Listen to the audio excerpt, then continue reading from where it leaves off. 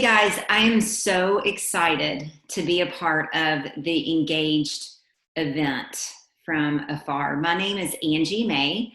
I have my master's in counseling. I also run my own coaching company called Kairos Coaching. I'm also Enneagram certified, where I do a ton of work with this really cool tool called the Enneagram Personality Assessment. And one of the areas that I have found this to be extremely helpful is in my marriage and with my family.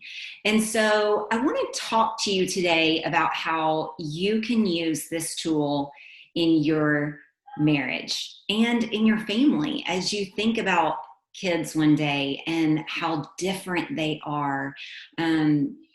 Across the board. If you have 3 kids, you're going to have 3 very different personalities. So I want to talk to you a little bit about this as you embark on this next season of your life in marriage. It is such an exciting season. It is a season of anticipation. It's a season of excitement, but it can also be hard.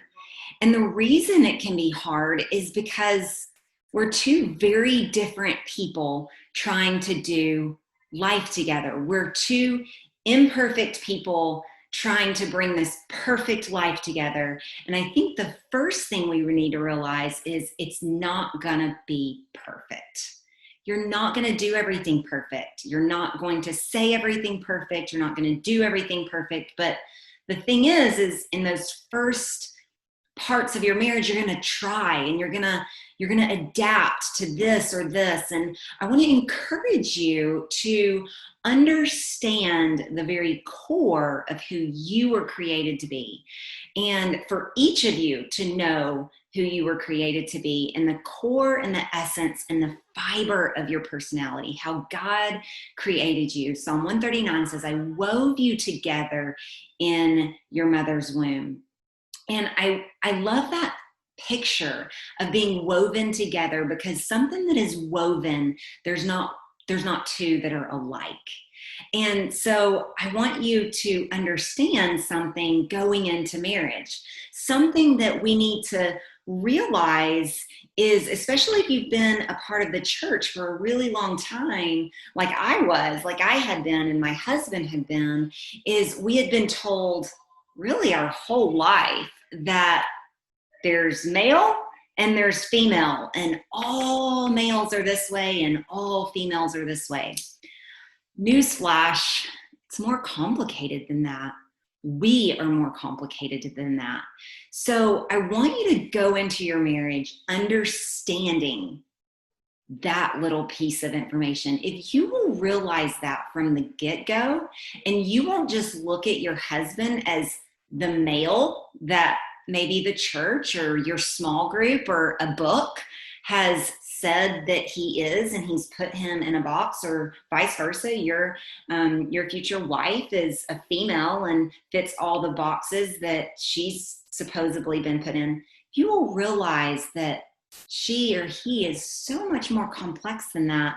And it's really a beautiful journey to get to know the different parts of your future spouse. And so I want to encourage you to take this assessment, the Enneagram. And what I want to do with you for just a few minutes is I want to take my number and I want to take my husband's number. And I want to show you just how different we can be, but yet just how awesome marriage can be when we understand that your lens does not have to be his lens, and his lens does not have to be your lens. And you really can make this thing work in a very, very beautiful way. So I'm going to show you what that might. On the Enneagram,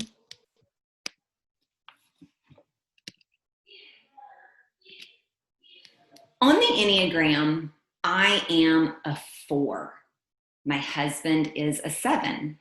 I'm the individualist. My husband is the enthusiast. So we're going to look at that really quickly. But before we do, I want you to understand what this tool can be used and how it can be used. The Enneagram is a model of 9 personalities or strategies of how you move about life.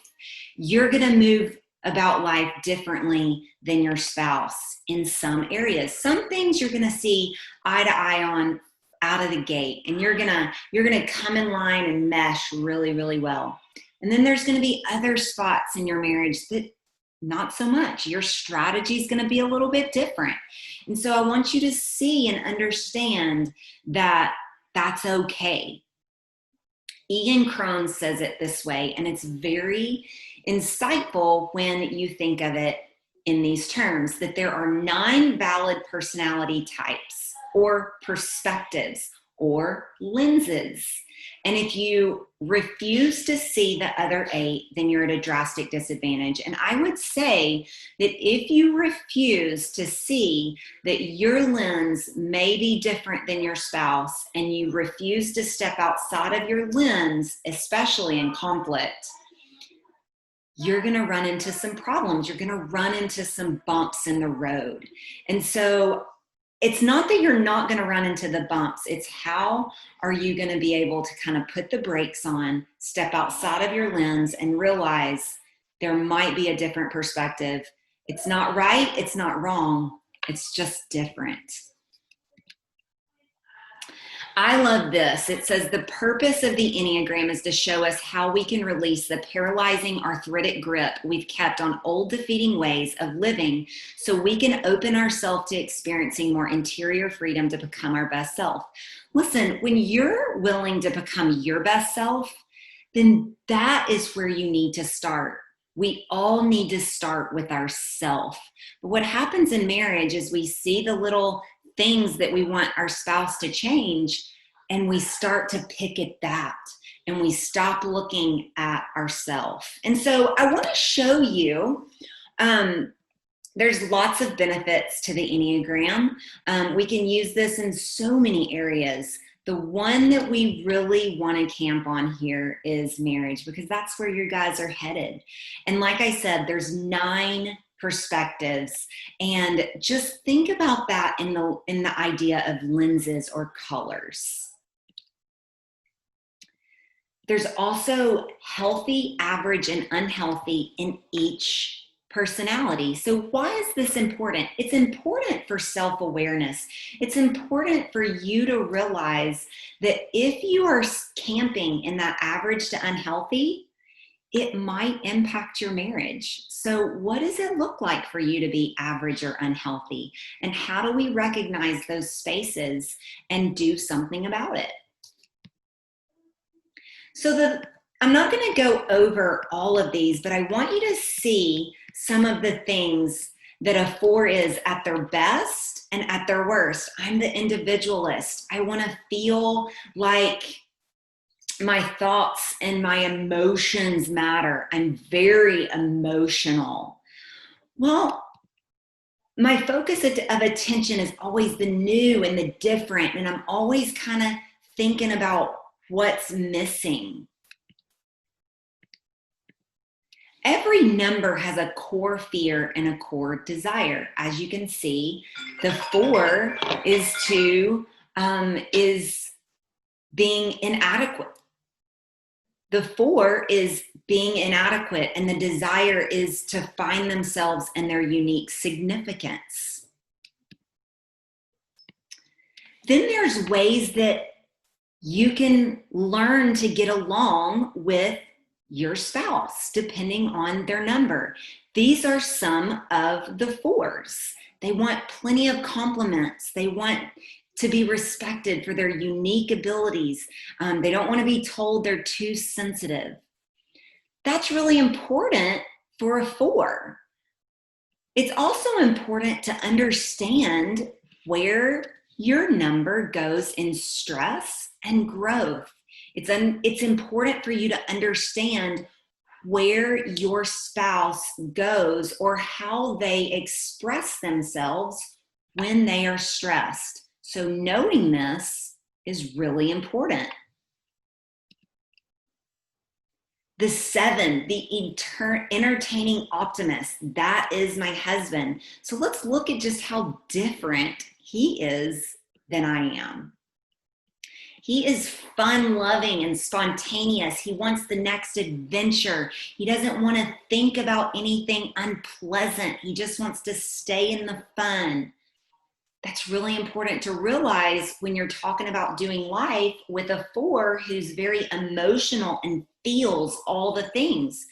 The 7, they really want to keep from feeling all of the negative feelings. So realizing that is really important. The focus of attention for the 7 is good news and pleasurable events and pleasurable future. The 4 is going to want to sit in their emotions a little bit. Their core fear is being incomplete or in emotional pain. 4s don't really mind sitting in their emotional pain. The core desire is to be satisfied and content. But let's look at how they respond in stress. For the 7, they become very critical and they go to that 1. They look a lot like an unhealthy 1. Whereas a 4 looks a lot like an unhealthy 2, where they've become very passive aggressive. It's so important to understand. So when my husband goes to this place, I can realize, man, he must have had a stressful day today. What can I do for him? What can I ask that he might need help with? Or what can I do for him that maybe will alleviate some of the stress for him? For my husband, it might be if he sees those things in me, he can say, hey babe, like you seem stressed. You seem sad. Is everything okay? Is there anything I can do for you? It's acknowledging my emotion. It's doing the very thing that really doesn't come natural to him. But when he knows that's who I am, we can train ourselves to be the person that our spouse needs us to be. This is just a little bit of an overview of what it's like to be in a marriage with someone that's different than you.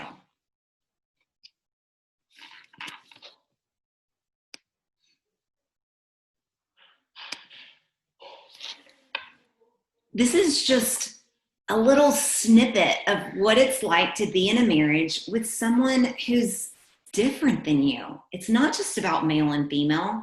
It's about the innate. This is just a little snippet about what it's like to be in a marriage with someone that's different than you, with someone that sees things from a different perspective, a different lens. Understand that when we realize the lens that our husband or our wife sees a situation or anything through, then we can. This is just a snippet of what it's like to be in a marriage with someone that's different than you. It's much more complex than just all males are this way and all females are this way. I want to encourage you to get to know your spouse, much like the 5 love languages. If you know how to affirm your spouse, even if it goes against how you're affirmed, then you will learn to fill your spouse up and they will do the same for you. I encourage you, get to know your spouse, get to know yourself, understand your tendencies, and also get to know your spouse's tendencies. I think you're going to realize that not only are you different, but that's really what's going to make up a very beautiful marriage that God desires for you to have.